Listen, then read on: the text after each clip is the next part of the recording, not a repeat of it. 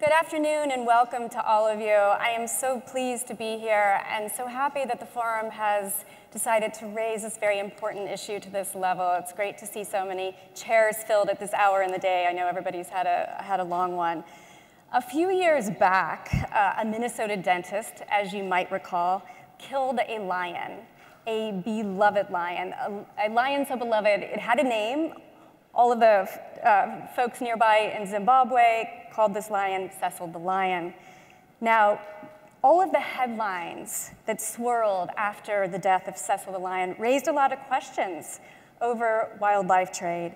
John Scanlon is the Secretary General of CITES. He's going to talk to us about how technology and really cooperation among governments can reduce the trade of illegal wildlife. John, as you will hear in just a moment, is from Australia. He has worked in the private sector. He has had high-level positions within the government of Australia, and he's worked for the United Nations. Welcome so much.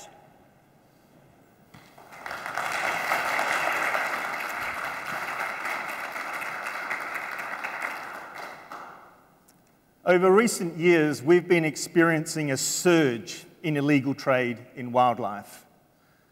And it's estimated that the annual value of this illegal trade is as high as $20 billion a year, and that excludes timber and fisheries. This ranks this illegal trade amongst other illicit activities such as illicit trafficking in arms, narcotics, and people. Now, this illegal trade is being driven by transnational, organised criminal groups, on some occasions rebel militia. They have targeted high-value wildlife, they are poaching and smuggling at an industrial scale, and they are decimating wildlife populations. Now, they've targeted high-value wildlife because there's a demand for certain wildlife products, and they've been able to make high profit at relatively low risk. But thankfully, this high profit, low risk scenario is changing as a result of stronger laws, better enforcement, targeted demand reduction strategies, a deeper engagement with local communities in the private sector, and the deployment of modern technologies. Now, there are rules that govern international trade in wildlife. They are governed by an international convention, a legally binding convention that was agreed back in 1973 in Washington, D.C. It's called CITES, sometimes called the Washington Convention. And it sets the international rules that these criminal syndicates are trying to avoid. The UN World Wildlife Crime Report released last year says that products coming from over 7,000 species of wild animals and plants are found in illegal trade across all regions. This includes illegal trade in certain specimens that cannot be commercially traded under CITES rules, such as elephant ivory, rhino horn, tiger parts. But it also affects certain species that can lawfully be traded under CITES, such as python skins, corals, the timber of the rosewood, provided you first get the permits that certify that they were taken legally and sustainably. Now, this illegal trade is not just having an impact on wildlife, it is having a devastating impact on local communities and their ability to achieve sustainable development. These criminal gangs are corrupting local officials. They are recruiting and arming poachers. They are causing instability. They are killing and injuring rangers in the field. And you know what else they're doing? They are depriving local communities of the opportunity to develop wildlife resources the way they would like to. For example, through wildlife-based tourism or through legal and sustainable trade where that is possible. Now, the difficulty here is that the legitimate use of wildlife can lift rural communities out of poverty, but this illegal trade puts them into a poverty spiral. Now, I want to give you some examples of the scale of the illegal trade. Over a period of just 3 years, it is estimated that over 100,000 African elephants were slaughtered for their ivory. And in some parts of Africa, in particular Central Africa, we are expecting imminent extinction if we cannot stop this. There are around 400,000 African elephants left and around 50,000 Asian elephants left on the planet. While we're here in China, I'd like to recognise the extraordinary efforts that China has gone to implement CITES and to address this issue of illegal trade in ivory. This photograph is from Dongjuan in China in 2014, where we had the first ivory crush here in China. And just last year, the Chinese government announced a very bold initiative that by the end of 2017, it will be closing all domestic ivory markets. The rhino, the situation with the poaching of rhino was pretty much under control back in 2006. There were about 60 rhinos poached across the African continent in that year, but then it started to increase. Until last year, there were more than 1,300 rhinos slaughtered on the African continent for their horn. Now, there are around 25,000 rhino left in Africa and about 3,500 rhino left in Asia. This rhino here is the last remaining northern white rhino on the planet. It's been given a name, Sudan, and it's in Olpejeta in Kenya, and it is under 24-hour armed guard. This animal, you may not recognize it. It's the pangolin. It's an anteater found across Asia and Africa. It has been significantly affected by the illegal trade, in fact, possibly more so than any other animal. The level of poaching of this animal reaches the hundreds of thousands. It is poached for its scales and for its meat. And in one seizure alone, 10 tons of pangolin meat was seized. That's the equivalent of 180 people of my weight in one seizure alone. And just last month, 7 tons of pangolin scales were seized. Rosewood. By value, the timber coming from rosewood is the most heavily illegally traded wildlife product. Now, in countries like Thailand, in the Thaplan National Park, where you have Siamese rosewood, the last large remaining Siamese rosewood tree has been wrapped in chains to stop poachers from getting to it. Now, the sad thing here is that you can legally trade rosewood under CITES trade rules. It's under strict trade rules. But these criminals do not want to get the permits to say they've taken them legally and sustainably. The vaquita. The vaquita is the world's smallest porpoise. It is being killed as people illegally fish for the totoaba. The totoaba, people are illegally fishing it for its bladder. And in the process, they're sweeping up the totoaba, the world's smallest porpoise. It's almost been driven to extinction. There are only 30 vaquita left on the planet. Now, I could go on, but I think you get the general idea. These transnational organized criminal gangs are driving our wildlife to extinction for the sake of their own profit at the expense of wildlife and local communities. But how do you beat them? It's really tough to know how to beat them. You have to deal with demand and supply. You have to work right across the illegal supply chain. You need a collective effort. And you must bring on board the agencies at international and national level that are responsible for combating transnational organized crime. And this is exactly what we've done. We have created the International Consortium on Combating Wildlife Crime, known by its acronym IQIC, where we have Interpol, the UN Office of Drugs and Crime, the World Customs Organization, working with us to combat illegal wildlife trade, and they are fully committed. And they are rolling out the same tools and techniques used to combat other serious crimes. But an enforcement effort alone is not going to win the day. You also must engage with local communities and with the private sector. Let's just look at an example with the private sector, the transport sector. There are over 500 million shipping containers whizzing around the globe every year, 1.2 billion tourist arrivals, 100,000 flights are taking off a day. We can shift products from one corner of the earth to the other in no time, which is a good thing. But you can shift them whether they're legally or illegally acquired. Now, the sad news is that these organised criminal gangs are using legitimate forms of transport to transport their contraband. The good news is that through an inspired initiative of His Royal Highness the Duke of Cambridge, Prince William, we've been able to bring the transport sector together to work with us to say, how can the transport sector assist in combating illegal wildlife trade? And we've now got somewhere between 50 and 60 companies have signed up to a declaration called the Buckingham Palace Declaration, because that's where we signed off on it. And they've agreed to a zero-tolerance policy to illegal trade in wildlife, to educate their staff, inform their customers, and to help be eyes and ears for customs and police.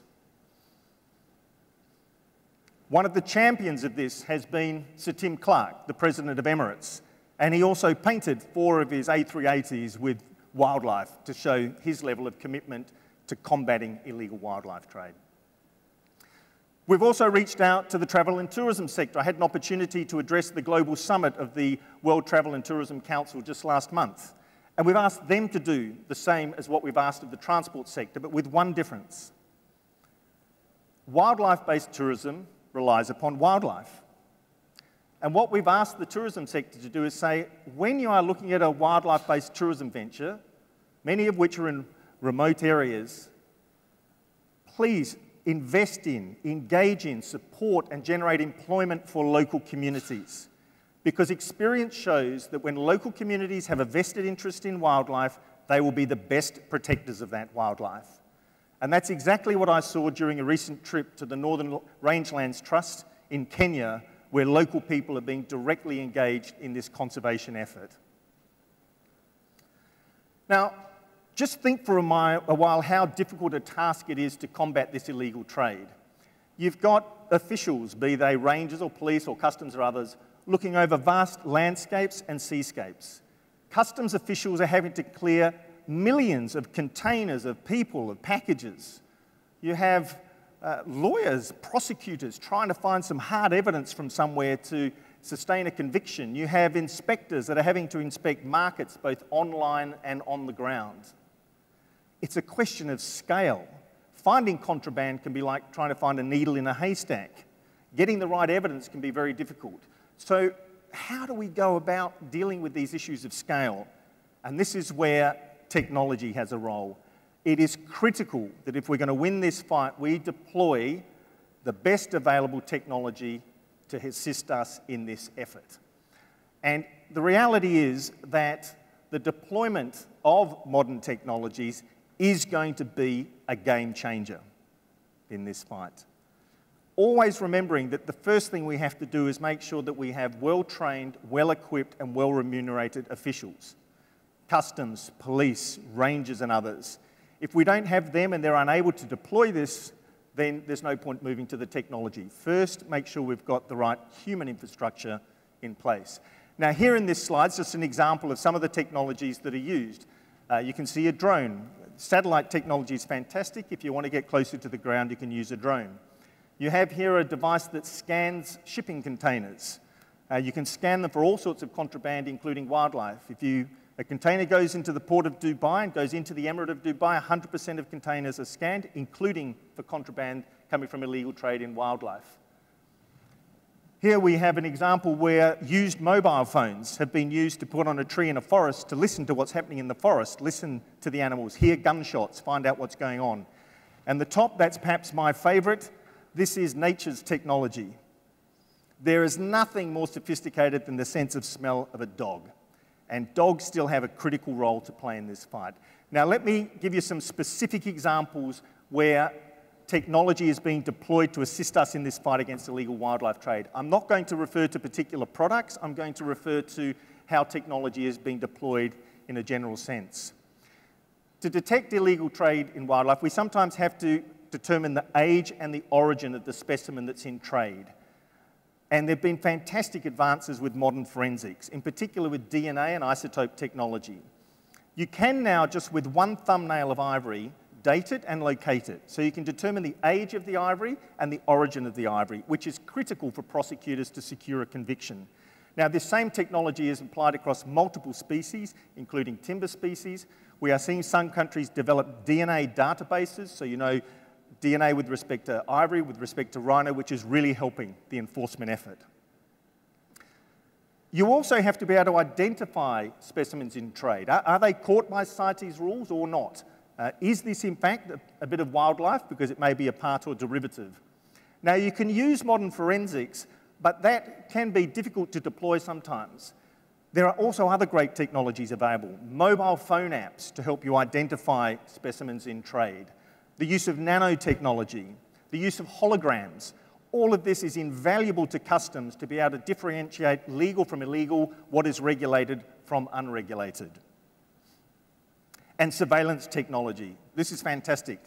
We have the capacity now to see, hear, track wildlife, ranges, potential intrusion by poachers, vehicles, from the sky, from the land, from the surface of the ocean, from below the surface of the ocean. We are able to determine where people are, where wildlife is in real time.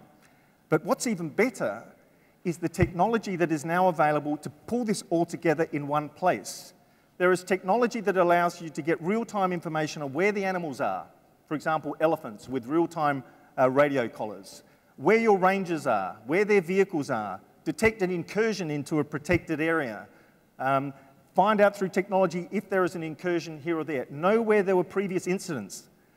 You know then where to deploy your enforcement effort. I've seen this technology used in the Northern Rangelands Trust, in particular Lua Conservancy in Kenya, and in a private reserve just near Kruger National Park in South Africa.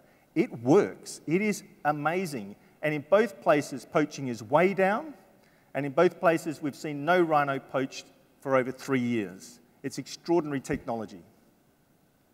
But you also have to have surveillance over the internet. There's a lot of illegal trade that is conducted through the internet, including now through a recent report identifying the dark web. Clever people can develop programs that allow you to determine where people are advertising illegally obtained products for trade. Now, people often want to get involved. They say, how can I get involved to help you combat illegal wildlife trade? There are now fantastic apps that are available that you can all download. I have it on my own phone here. You can download an app. If you're somewhere and you see something suspicious, you think there's some illegal trade in a market or somewhere else, you can report it directly through your app.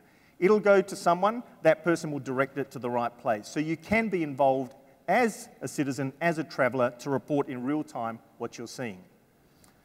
Now with CITES, as I said, some species cannot be traded commercially, permit or no permit. There are some, though, that can be traded with the right permits, but what we find is that there is corruption and fraudulent use of permits. Basically, that is because we're still largely using a paper-based system, which is open for corruption. It's a great system, but we're still based on paper. We have an e-CITES initiative. We are wanting to go electronic from one end of the supply chain to the other end of the supply chain, purely electronic, to cut this corruption and fraud out of the system. Having been here this week, maybe it's ripe for a blockchain, but someone else here might be able to tell me. The other great thing about this technology is that it not only provides security for wildlife, but for people. When I was in the Northern Rangelands Trust and when I was in South Africa looking at these initiatives, it's very clear this is great for wildlife, but it's also providing security for people. And the technology is good both for wildlife and for people and can be deployed in many ways.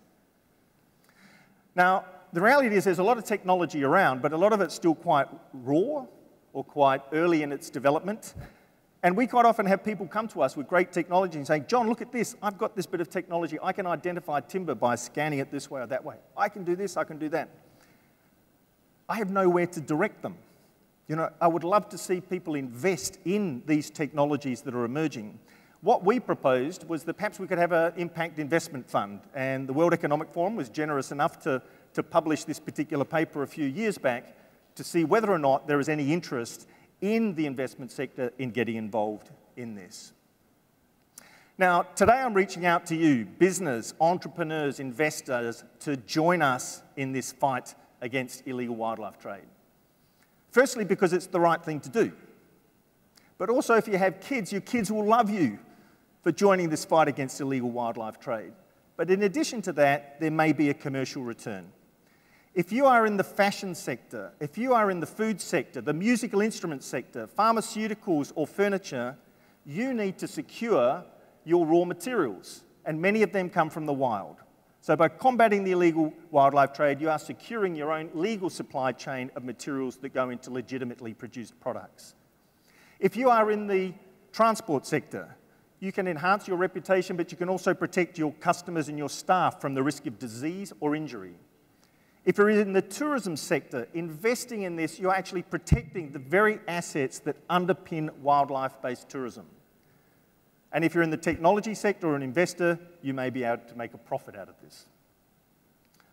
So today, we reach out to all of you. We need a collective effort here if we're going to win this fight against illegal wildlife trade.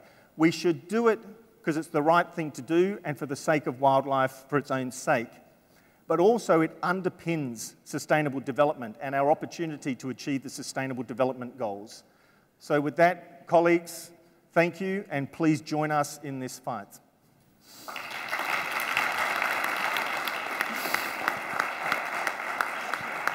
Thank you. Thank you so much, John. I'll bring you right back up because we want to do a little bit of a Q&A here. Really interesting presentation. You mentioned that wildlife-based tourism can lift communities out of poverty while the illegal trade pushes communities back into poverty. Can you point to an example, a place where tourism is done so well and the management is done well? Can you point to an example where you would say this is a really true success story? So there are many. I'll choose one, a place I visited just recently, and that was the Northern Rangelands Trust in Kenya. There, what we've seen through fantastic initiatives, it started in a place called the Liua Conservancy. They're pursuing development through conservation. And what is happening there is they have a mix of finance. 30% is currently coming from tourism revenue. There are about 1,000 Kenyans employed through this initiative. They're all local Kenyans. And I went around, I met with many of them, and they said, the wildlife, the elephants and the rhinos, they give me education, they give me health, they give me security. Don't touch our wildlife because that is our development path. And this was a fantastic example. They have had 50% drop in elephant poaching and no rhino poach for 3 years. But this is deep engagement with the local community is on board, but they also have this fantastic technology that's been available to them, this system called Domain Awareness System, which allows you to put all of that intelligence in one place. So great blend of local communities, tourism, and best use of technology. Really powerful images showing how porous we are when it comes to shipping and flights, the 100,000 flights a day, the 500,000 shipping containers. Talk a little bit more about this Buckingham Palace agreement with the transport sector. Have you seen any indications so far of success stories? So it's a great initiative. His Royal Highness the Duke of Cambridge, Prince William, I think you probably know, is very committed to wildlife. He's a real passionate believer. He's actually been in the same part of Kenya I was just talking of. So there, what happened, he initiated this. Lord Hague was the chair of this process. We brought through this initiative people from the maritime, air transport, we had courier companies, we had cruise liners, coming together to say, okay, we don't want you to be customs or police, but what can you do to assist in this? And there was an agreement reached. It was called the Buckingham Palace Declaration because we all convened there to sign off.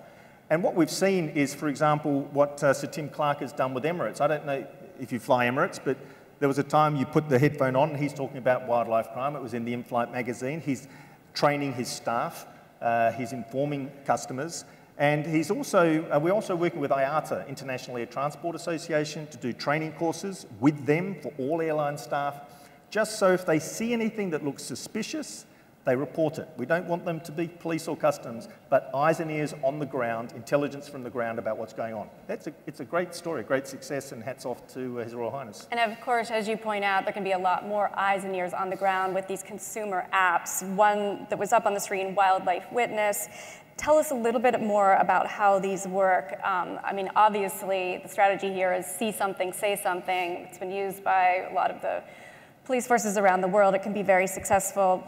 Talk about any success stories so far with these consumer-based apps. So this one here, it was Taronga Zoo in Sydney with an NGO called Traffic.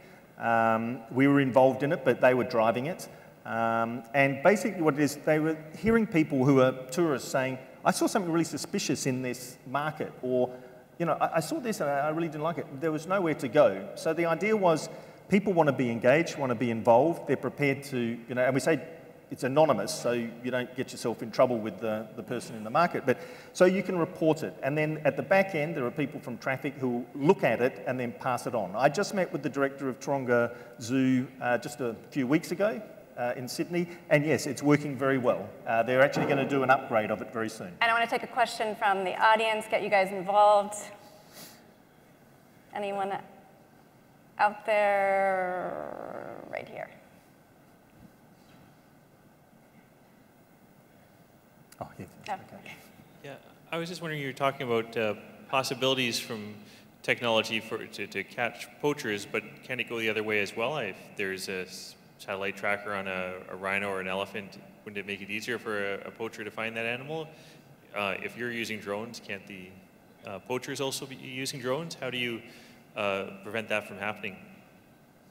One of the issues has been, for example, in scientific journals where somebody finds something unique and tells you where it is. We have had, for example, with some rare plants, with some rare cacti, people will go there with GPS coordinates to steal it because it's very rare and they're going to make some money. So you have to be careful how much information goes into the public domain because it can be used or misused. For example, we have reports of inventories of elephant ivory and rhino horn to us because these animals also die of natural causes and you collect them. We never release that information because you're basically telling somebody where a stockpile is. With this information, with this fantastic new technology of collars on elephants, Save the Elephants was a big initiator of this, it's real-time information. So if that elephant stays still for too long or is going into the wrong place, then you'll know in real time. But their technology, it's linked through frequencies to them. I don't know if somebody can corrupt that. Technology experts can tell me. The beauty of this technology, though, is you can also deal with human-animal conflict. When you see an elephant go into a zone that's going to get into trouble with local communities because you've got farming properties there, you send out a patrol to round it up. So we haven't seen abuse of that, but certainly of giving coordinates of where certain wildlife has been a problem. But not. And one more question, as the microphone is coming over here, I wanted to sneak something in. You mentioned dogs. What are the strengths and weaknesses of dogs? I'm imagining, can a dog sniff out rosewood? What can a dog do and what can a dog not do? So dogs are great. Everyone agree with that? I mean, you know, they can sniff out all sorts of contraband. You know, you feel great about seeing a dog there. No, but they can be trained to sniff different types of contraband. They can be trained so that when somebody tries to mask the smell with another commodity, that you can actually train them to deal with that as well. So actually dogs on the front line assisting in detect contraband in trade is very important. But a lot of our effort is to try and stop it before then. Once the elephant or the rhino is dead, it's dead. You can get the contraband, but this effort in the country with the local communities, try and stop it in the first place. But the dogs are great. Great. And final question here.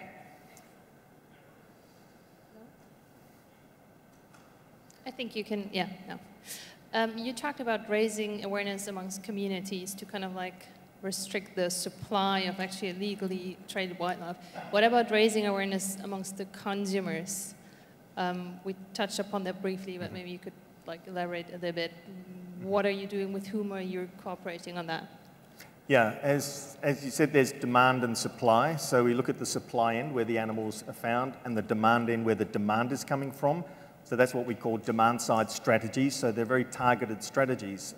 For example, not everybody is wanting ivory or everyone wanting rhino horn. The problem is if you've only got 25,000 rhino left in Africa and 3,500 in Asia, you only need 10,000 people out of 7.2 billion wanting it, and you've wiped them out. So the demand is from small niches around the place, and we really need to target them. Part of it is educating, but to be quite frank, a large part of it is finding them, throwing them in jail for 10 years. That's a good demand reduction strategy to say, oh, I can't do that anymore, I'm going to jail. So we are working both ends, absolutely, yeah. Strong point to end on. John Scanlon, Secretary General of CITES, thank you very much, and thank you all so much for your participation. Thank you.